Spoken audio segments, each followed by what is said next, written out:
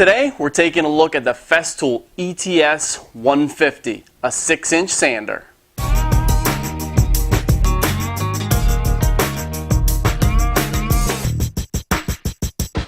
The Festool ETS 150 comes in two different versions, a 3-stroke and a 5-stroke. Today I'll be showing you a 3-stroke and I'll show you what that means.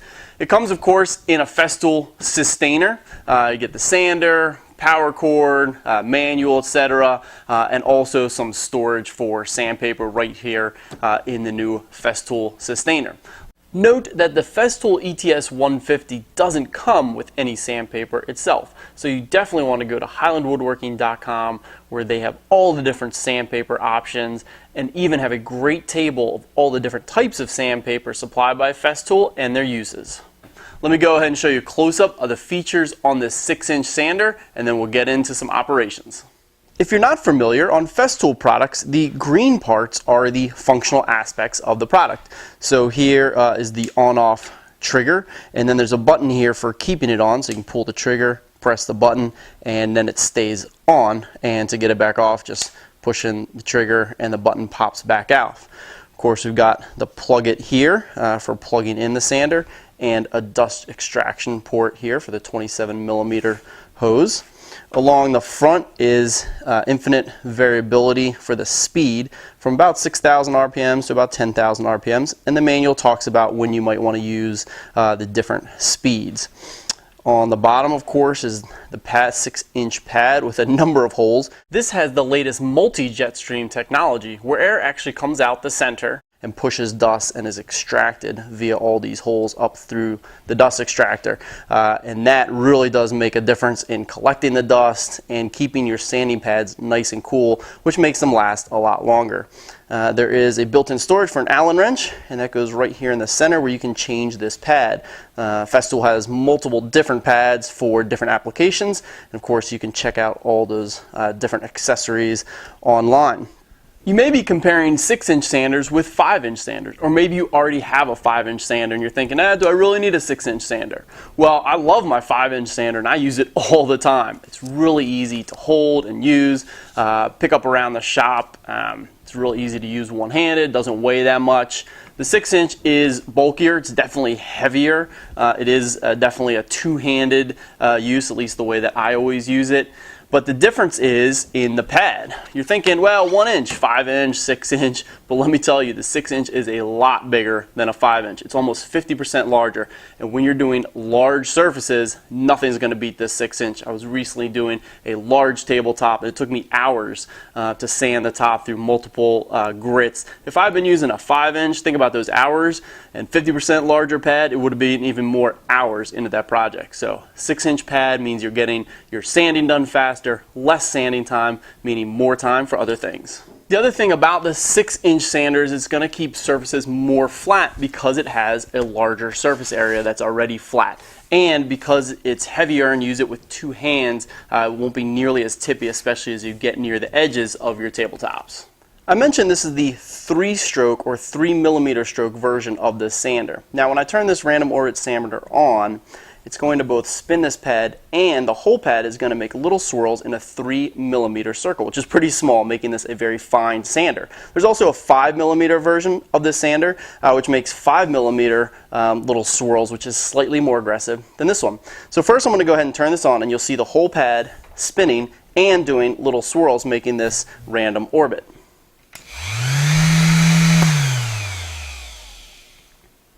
Now, of course, it's pretty hard to see the little swirls. Mostly you just see it spinning around. So what I'm going to do is go ahead and put a little dot right on here. Okay. And I'm going to stop it from spinning around. If I press on this pad, I can stop the rotation part, and then you'll be able to see this dot doing little swirls.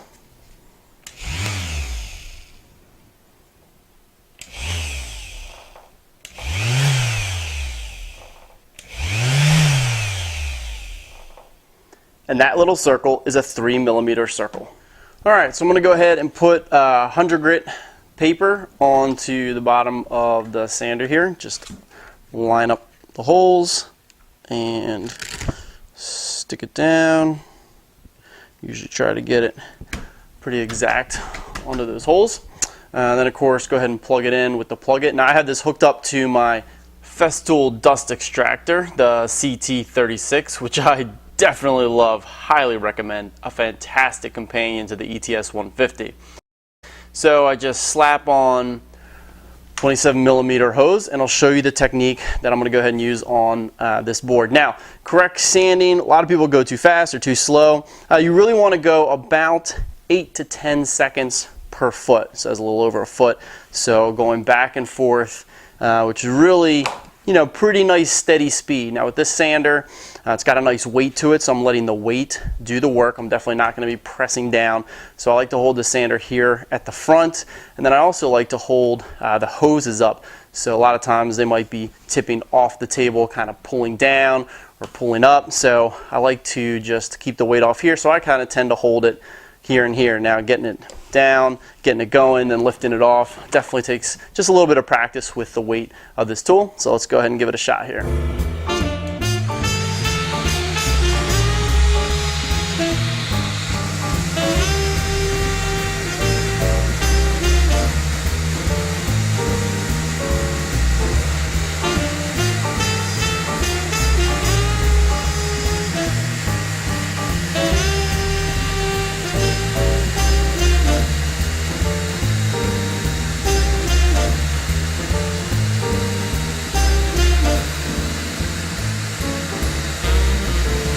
And there's the bottom of my pad, really no dust on there. Did a nice job extracting it.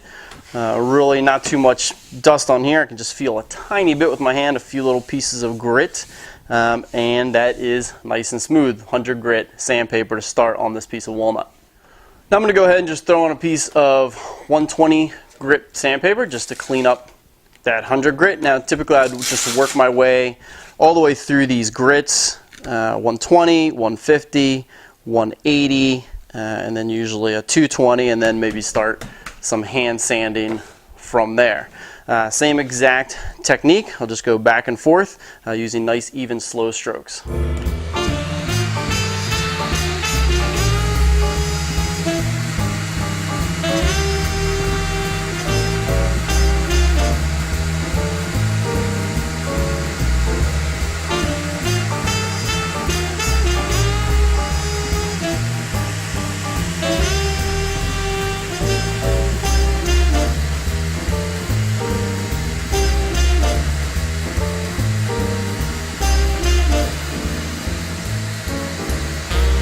Now you may be able to see right here at the end a couple of lines, a line here, a line here. This board actually has some snipe at the two ends, and that 100 grit really didn't get rid of that snipe.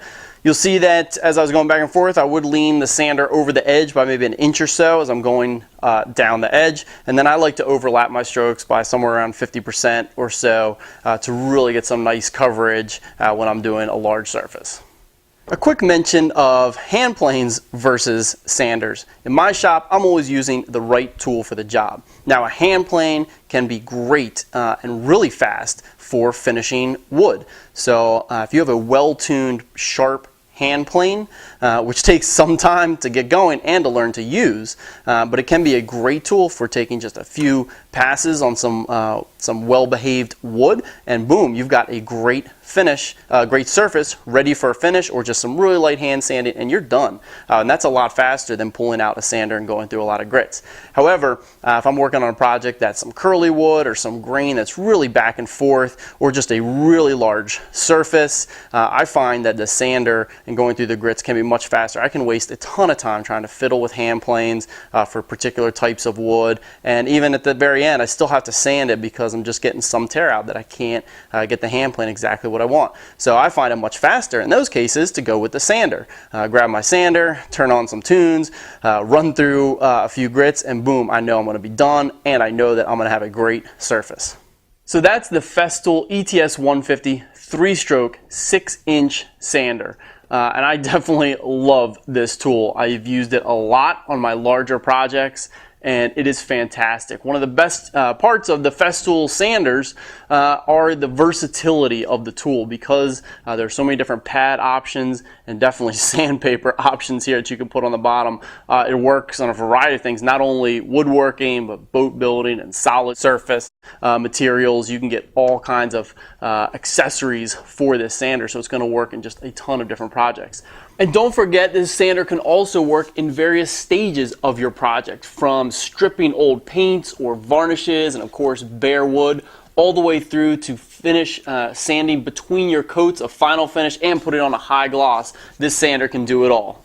The 6-inch pad makes a huge difference over a 5-inch pad when you have large surfaces to do. Now, if you don't do them very often, of course, maybe a upgrade to a 6-inch isn't worth it if you mostly do smaller projects. Obviously, you don't need something quite this big. But if you're doing full-size furniture projects, I definitely recommend looking into a 6-inch sander.